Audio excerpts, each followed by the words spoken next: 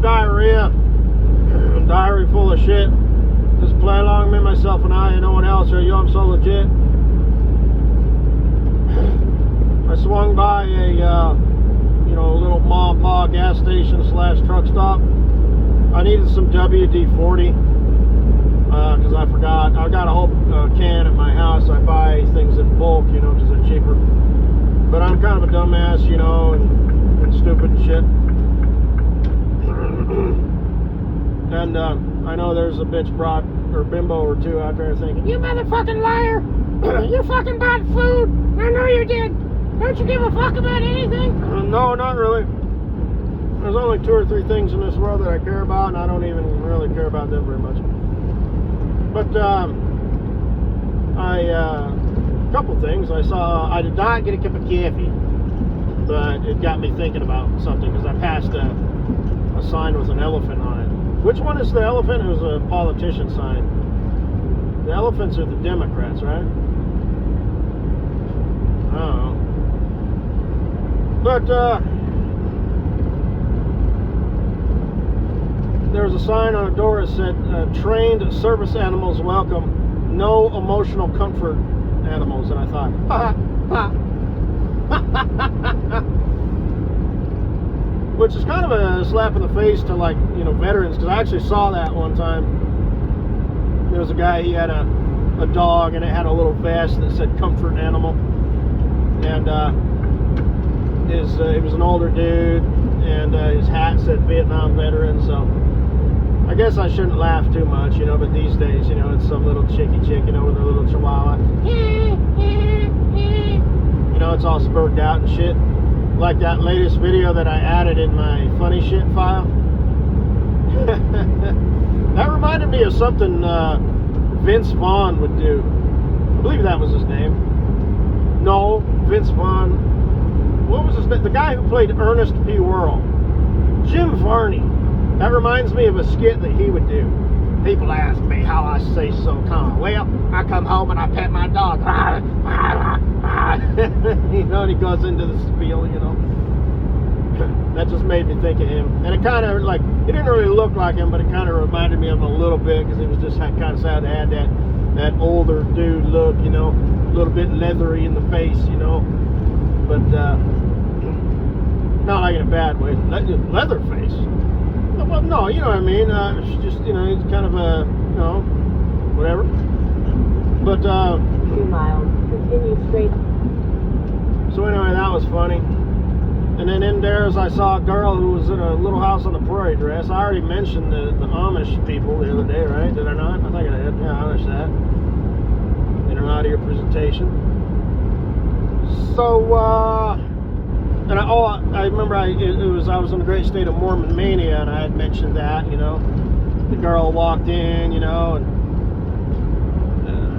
she went to the right, where the stuff was at, and the guy kind of went to the left. And it was kind of funny because their arms pulled apart, and I lived beside myself, so I'm thinking, you two better figure this out, because they were kind of walking towards me, and or what the hell was the deal? Yeah, it was something like that. Yeah. And she's all, I don't know, she said something like, we better hurry, or something, and I was like, we better make haste, because that sounds like something like a Mormon mania chick would say. Mother's expecting us for supper.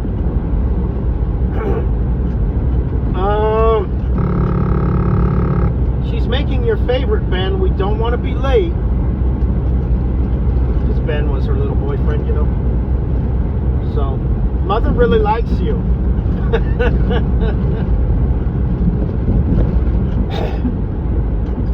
But,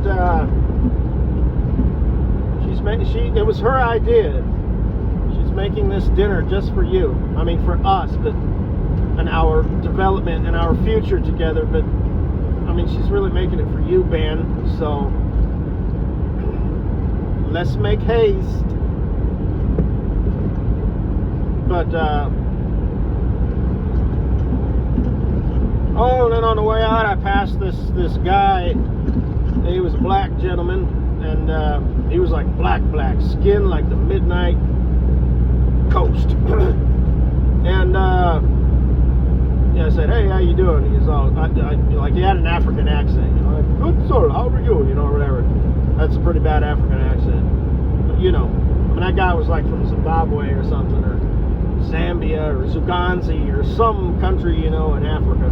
I think the first two might actually be real countries or states or whatever they're called in Africa. It's funny, when you live in America, you know, North America, United States is pretty big, and we think of like in those terms. So when I look at a map, you know how you used to in school and stuff, you look at all the different colored countries and you're like, oh, look at all the states in Africa. But those are individual countries.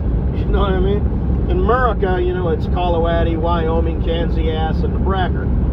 And everywhere else, you know, it's like those are 4 different countries. And then you got countries like Russia, you know, it's like one big giant, you know, thing. It's always green. But anyway, it reminded me of you, Kosinaboo, because he spoke, you know, he had an accent. So it just sort of got me thinking about, you know, that guy was born there in Africa, and he's now lives and works here, at least temporarily. He might end up going back someday. You know, he's here making money for his family or whatever. Who knows what the story really is? Not that he's trying to, you know, hide something when I say it like that. Who knows what's really going on in that man's life? But, you know, whatever. But he's, you know, he was born and grew up in Africa. Because Mr. Longhead was born in England or something like that. But he moved here when he was a little baby. His parents did. So his parents probably have English accents. Tell you who, 1 number 2. But he doesn't. He doesn't even speak like a Canadian. Because I think he moved to Canada, but he's not like, hey, oh, pancakes and maple syrup, eh? That's a mighty fine looking moose you got there in your backyard, eh? You know, moose can be kind of dangerous.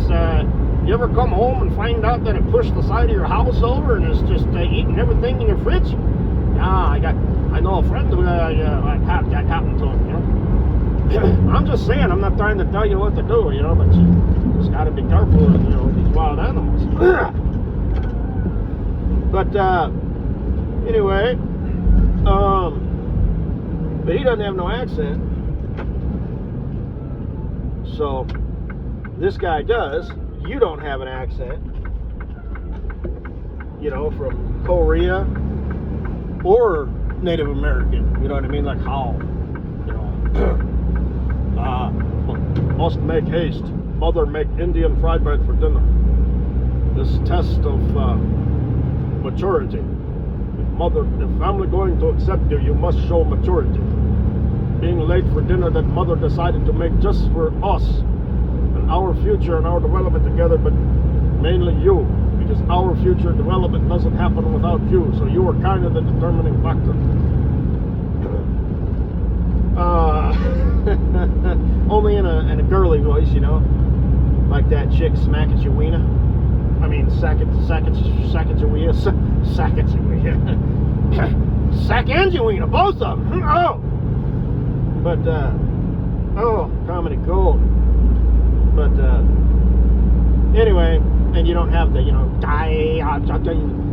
you must make haste. Mother make food just for you. You know, our future and development together, and mainly for you. So we done this test. You know, I show up late. She know I would never be late for dinner, so she know it's you. So don't you fuck around too much now. Come on, let's go. Only, you know, in your voice. So I'm pretty cultured, huh? You'd never know it.